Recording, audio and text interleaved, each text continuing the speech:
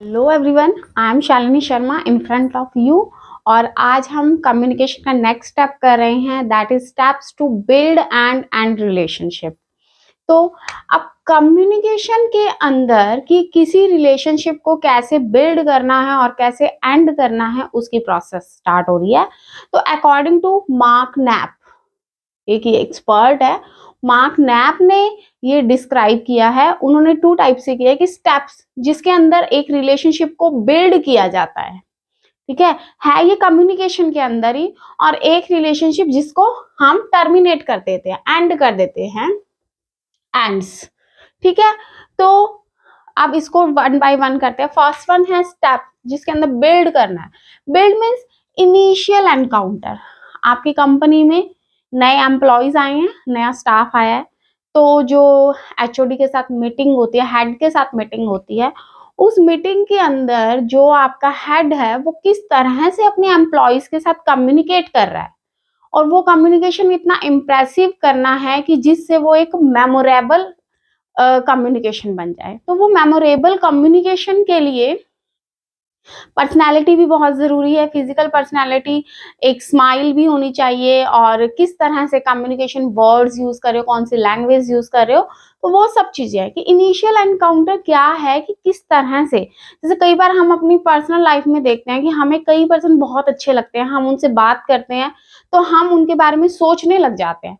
क्यों? क्योंकि उन्होंने हमसे क्या किया, कम्युनिकेट इस तरीके से किया है कि वो हमारे लिए लाइफ टाइम के लिए मेमोरेबल बन जाता है। क्लियर है बच्चे? तो यही चीज है कि आपने रिलेशनशिप अगर बिल्ड करना है तो इस तरह से पॉजिटिवनेस से बात कीजिए कि वो रिलेशनशिप ज्यादा से ज्यादा आप स्ट्रॉन्ग कर सको और मेमोरेबल बन जाए। नेक्स्ट वन है एक्सपेरिमेंटिंग। एक्सपेरिमेंटिंग के अंदर आप क्या करोगे कि एक दूसरे को और अच्छी तरह से जानोगे। स्टार्टिंग में तो क्या था कि कंपनी के हेड ने एम्प्लॉयज से बात की, अपनी कंपनी के बारे में इंफॉर्मेशन दी, और उसके बाद धीरे धीरे क्या होता है कि हम एक दूसरे को कंपनी, एम्प्लॉयज, कंपनी के बारे में, अपने हेड के बारे में बहुत ज्यादा धीरे धीरे आगे एक दूसरे को जानने की कोशिश करते हैं। जो आपका हेड है वो अपने एम्प्लॉयज के बारे में जानते हैं कि किसके अंदर कितनी स्किल है, उसको कौन सा काम डिवाइड किया जा सकता है। तो इस तरह से ये चीज हो जाती है। नेक्स्ट वन है इसके अंदर आपको कॉमन इंटरेस्ट। यस, एक्सपेरिमेंटिंग के अंदर आप लिख लीजिए, नोट कर लीजिए यहाँ पे कि कॉमन इंटरेस्ट की बात हो जाएगी। हम उसी पर्सन के साथ बॉन्डिंग, हम कहते हैं ना कि उसके साथ मेरी बहुत बनती है। क्यों? क्योंकि जब वो दोनों सेम पर्सन होंगे ना, जब थिंकिंग लेवल भी सेम होगा, तब आपकी उस पर्सन के साथ बनेगी। तो कहते हैं ना कि आपको कौन अच्छा लगता है, तो जो आप जैसे हैं आपको वही पर्सन अच्छे लगेंगे। तो यहाँ पे कॉमन इंटरेस्ट की बात हो गई है। और एक साथ में लिख लो कि know each other better, know each other better, कि यहाँ पे हम एक दूसरे को और अच्छी तरह से समझने की कोशिश करते हैं। क्लियर है? नेक्स्ट वन है इंटेंसिफाइंग। इंटेंसिफाइंग के अंदर हम एक दूसरे की पर्सनल इंफॉर्मेशन तक को भी जान जाते हैं। क्यों? क्योंकि यहाँ पे हम रिलेशनशिप की बिल्ड कर रहे हैं, एक दूसरे के साथ रिलेशनशिप को बढ़ाने की कोशिश कर रहे हैं, बनाने की कोशिश कर रहे हैं। तो इसलिए मोर पर्सनल इंफॉर्मेशन लिख लो और साथ में सीरियस इंफॉर्मेशन लिख लो। ठीक है? कि जब हम लाइफ की या कोई भी आपकी कंपनी की सीरियस इंफॉर्मेशन, कॉन्फिडेंशियल, जैसे मान लीजिए हेड जो है वो किसी एम्प्लॉय के साथ कोई कॉन्फिडेंशियल आपके बिजनेस की इंफॉर्मेशन भी डिस्कस कर रहा है, तो इट मीन्स कहाँ क्या हो रहा है, इंटेंसिफाइंग हो रहा है। ठीक है? ऐसे तो आप किसी को अपनी लाइफ की जो प्रॉब्लम्स है, पर्सनल प्रॉब्लम्स है, वो डिस्कस नहीं करोगे। कोई भी सीरियस इन्फॉर्मेशन है, कोई भी कॉन्फिडेंशियल इन्फॉर्मेशन है, तो वो भी जब आपके उनके साथ अच्छा रिलेशनशिप बन गया है, जब ये दो पॉइंट्स ऑलरेडी आ चुके हैं, तब ही आप आगे क्या करोगे, इंटेंसिफाइंग करोगे। क्लियर है स्टूडेंट्स? नेक्स्ट वन है कि यहाँ पे इंटीग्रेशन हो गया। जब आपने कॉन्फिडेंशियल इंफॉर्मेशन ही शेयर कर दी है, तो अब ये चाहोगे कि किस तरह से बिजनेस को फॉरवर्ड किया जाए। फॉर एग्जाम्पल, यहाँ पे आपने बोल दिया इंटेंसिफाइंग में कि शेयर्स की जो प्राइस हैं वो डाउन होते जा रहे हैं डे बाय डे। ठीक है, कोई भी अदर रीजन से। तो यहाँ पे इंटीग्रेशन में क्या आएगा, मान लीजिए ए ने बी को डिस्कस किया, तो बी और ए दोनों मिलके उसको इंटीग्रेशन कर रहे हैं कि किस तरह से आप बिजनेस को आगे फॉरवर्ड कर सकते हो। शेयर प्राइसेस डाउन हो रहे हैं तो उसको कैसे अपवर्ड ट्रेंड करना है, तो वो चीज भी आपकी इंटीग्रेशन के अंदर आ गई है। आई होप आपको समझ आया होगा। एग्जाम्पल के साथ समझाने का फायदा ये होता है कि एक तो इजी हो जाता है, एक आपको समझने में भी इजी होता है, और एक आपके लिए अंडरस्टैंडिंग लेवल बढ़ जाता है और याद भी रह सकता है। नेक्स्ट वन है बॉन्डिंग। बॉन्डिंग के अंदर आप बोलोगे कि इसके अंदर आपका मेंटल रिलेशनशिप तक भी बन जाता है,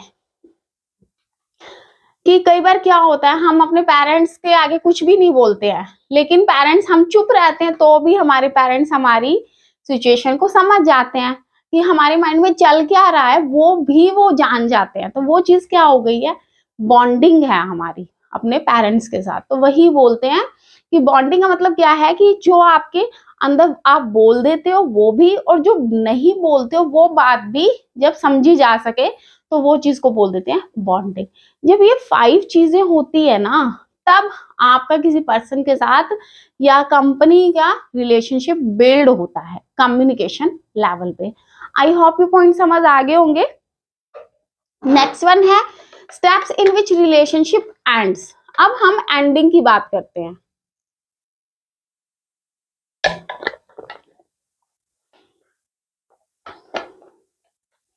तो एंडिंग में क्या होगा,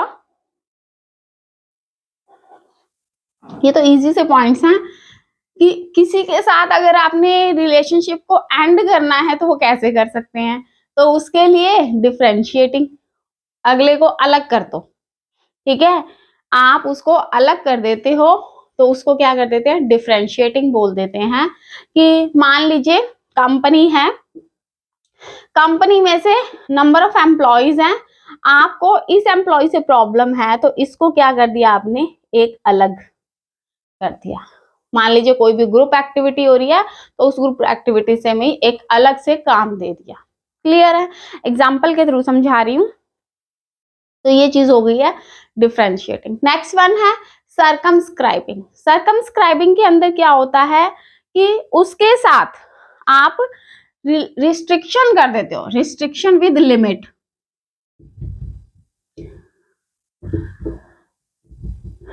ठीक है, कि उसके साथ लिमिट बना दी जाती है, रिस्ट्रिक्शंस लगा दी जाती है उस पर, और वो कम्युनिकेशन आगे कर ही नहीं पाता है, तो उस चीज को हम बोल देते हैं सर्कमस्क्राइबिंग। क्लियर है स्टूडेंट्स, कि मान लीजिए अगर किसी एम्प्लॉय ने आपसे मिलना चाहता है तो उसको बोल दिया जाता है कि 1 वीक के लिए सर है ही नहीं।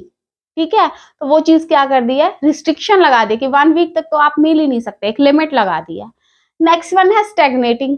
स्टेगनेटिंग के अंदर आप बोल दोगे कि उसको डेवलपमेंट के लिए रोका जाता है, स्टॉप डेवलपिंग, कि उस पर्सन को या उस एम्प्लॉय को किस तरह से डेवलप होने के लिए ही उसको रोक दिया जाए।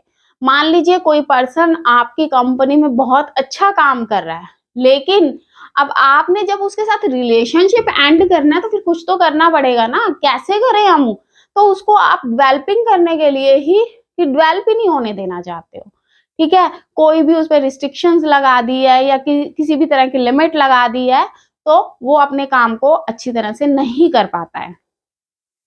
चाहे आप ये कह लो कि उसको एनवायरनमेंट नहीं दिया गया है या उसको हॉलीडेज पे भेज दिया गया है, उसकी ट्रांसफर कर दी गई है, तो ये चीजें हो गई है स्टैग्नेटिंग। क्लियर है बच्चे।